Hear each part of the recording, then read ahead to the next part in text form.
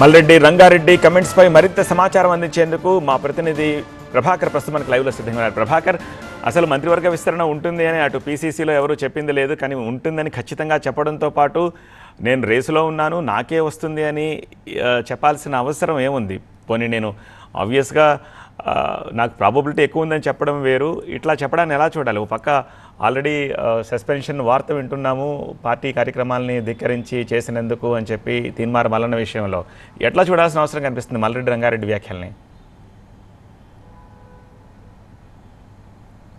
మొదటి నుంచి కూడా కాంగ్రెస్ పార్టీ మంత్రివర్గ విస్తరణ జరుగుతుంది అని ఉన్నప్పటి నుంచి, ప్రచారం జరిగినప్పటి నుంచి కూడా మల్రెడ్డి రంగారెడ్డి ఒక కాన్ఫిడెన్స్తో ఉన్నారు, తనకు మంత్రి పదవి డెఫినెట్గా వస్తుందని. ఓఎస్ఎస్ ఫర్టిలిటీలో ఇక్కడ ప్రతి అడుగులో ఎక్స్పీరియన్స్ డాక్టర్స్ ఉంటారు. In the good hands of science. Mummy daddy అవ్వాలంటే ఓఎస్ఎస్ కి కాల్ చేయండి. ఎందుకంటే హైదరాబాద్ రంగారెడ్డి జిల్లాలో 40% జనాభా ఉంటుంది. 40% జనాభాలో గెలిచింది తానొక్కనే కాంగ్రెస్ పార్టీ నుంచి senior MLA, second time MLA నేనొక్కనే, కాబట్టి నాకు డెఫినెట్గా వస్తుంది అనేది మల్రెడ్డి రంగారెడ్డి ఇంతకుముందు కాన్ఫిడెన్స్ వ్యక్తం చేశారు. సో దానిలో భాగంగానే ఈరోజు కూడా మళ్ళీ అదే ప్రస్తావన వచ్చినప్పుడు ఇంతకుముందు వెళ్ళి రాహుల్ గాంధీని కలిశారు, కేసీ వేణుగోపాల్ని కలిశారు, ముఖ్యమంత్రితో కూడా సన్నిహితంగా ఉంటున్న నేపథ్యంలోనే తనకు డెఫినెట్గా వస్తుంది, మొదటి విడతలోనే రావాలి.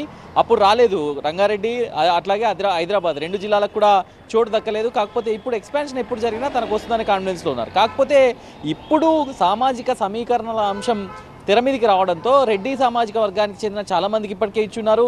దాదాపు 5 మంత్రులు ఉన్నారు. సో వీళ్ళలో మళ్ళీ రెడ్డిని అకామిడేట్ చేయడం కష్టం అనే ప్రచారం జరుగుతున్న నేపథ్యంలోనే ఈ వ్యాఖ్యలు చేసినట్టుగా తెలుస్తుంది. ఆల్రెడీ ఇప్పుడు నిజామాబాద్ నుంచి సుదర్శన్ రెడ్డి కూడా లైన్లో ఉన్నారు. సో మళ్ళీ ఇప్పుడు రంగారెడ్డి నుంచి మల్రెడ్డి రంగారెడ్డికి అవకాశం ఇస్తే క్యాబినెట్లో సగానికి పైగా మంది రెడ్డిలు అయ్యే అవకాశం ఉంటుంది. కాబట్టి తనకు అవకాశాలు ఒకవేళ లేకపోతే తన నియోజకవర్గం నుంచి మరో బీసీని, లేకపోతే ఇంకొక ఏ సామాజిక సమీకరణ అయితే సెట్ అవుతుందో ఆ సమీకరణకు సంబంధించిన వాళ్ళని నేనే గెలిపిస్తానంటూ కూడా వ్యాఖ్యలు చేశారు. అంటే దాని ఇండైరెక్ట్గా నేను రాజీనామా చేసి నా నియోజకవర్గానికి, నా జిల్లాకి మంత్రి పదవిని దక్కేట్లుగా చేయాల్సిన ప్రయత్నం ఏదైతే ఉందో అది నేను చేస్తా అనేది చెప్పకనే చెప్పారు. సో దీంట్లో భాగంగానే అవసరమైతే నేను మళ్ళీ గెలిపిస్తాను, అక్కడ ఎవరైతే సెట్ అవుతారో వారిని గెలిపిస్తానని కామెంట్ కూడా చేశారు. సో మొత్తానికి ఇది ఒక రకంగా హాట్ కామెంట్గానే చెప్పాలి. ఎందుకంటే రాజీనామా చేస్తాను అనేది ఇండైరెక్ట్గా చెప్పలేదు ఎక్కడ కూడా, నేను రాజీనామా చేస్తానని. కాకపోతే నేను గెలిపిస్తాను అని చెప్పారు, క్యాండిడేట్ని పెడతానని చెప్పారు. దాని అర్థం నా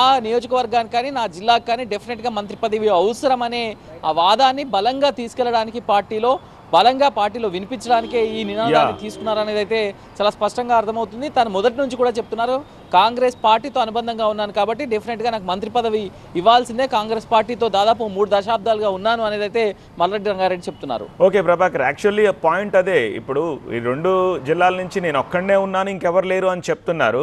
ఒకవేళ సామాజిక సమీకరణల వల్ల అది సాధ్యపడకపోతే వేరే వాళ్ళని తానే గెలిపిస్తా అంటున్నారు. వేరే వాళ్ళని గెలిపించాల్సిన అవసరం ఏముంది ఇప్పుడు ఇక్కడ? అంటే ఆయన రిజైన్ చేసి మళ్ళీ అక్కడ ఇంకొక బీసీని నుంచోబెడతారా గెలిపించడం కోసం? సో వాళ్ళ నియోజకవర్గానికి, జిల్లాకి, లేకపోతే హైదరాబాద్కి ఒక రిప్రజెంటేషన్ అక్కడి నుంచి ఉండాలన్న ఉద్దేశంలో ఆయన అలా కమెంట్ చేస్తున్నారా? ఇదంతా నిజంగా కాంగ్రెస్లో అంతర్గతంగా మాట్లాడుకోవాల్సిన విషయం కదా. ఆయన మీడియా ముందుకు వచ్చి ఇట్లా మాట్లాడడాన్ని ఎలా చూడాల్సిన అవసరం కనిపిస్తుంది?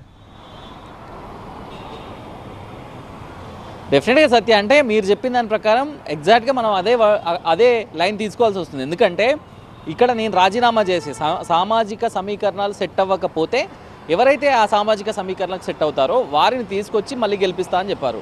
దాని అర్థం మనం ఇప్పుడు ఎనలైజ్ చేసుకున్నప్పటికీ కూడా దాని అర్థం నేను రాజీనామా చేసి అవసరమైతే ఎవరైతే అక్కడ సెట్ అవుతారో వారిని నేను గెలిపించుకుంటాను, నా ప్రాతినిధ్యం నా ఇబ్రాహీంపట్నం నియోజకవర్గానికి ప్రాతినిధ్యం ఉండాలి, రంగారెడ్డి జిల్లాకు ప్రాతినిధ్యం ఉండాలనే లైన్లోనే నేను మాట్లాడినట్టుగా చెప్తున్నారు. కొద్దిసేపట్లో మనం మల్రెడ్డి రంగారెడ్డిని కూడా క్యాచ్ చేయడానికి ప్రయత్నిస్తున్నాం. సో ఇంకా కూడా క్లారిటీ అయితే తీసుకోవాల్సి ఉంది. అసలు తాను రాజీనామా చేయడానికి సిద్ధంగా ఉన్నారా, పార్టీ లైన్ దాటి మాట్లాడుతున్నారా, ఇన్సైడ్ ఆఫ్ ద లైన్ మాట్లాడారా?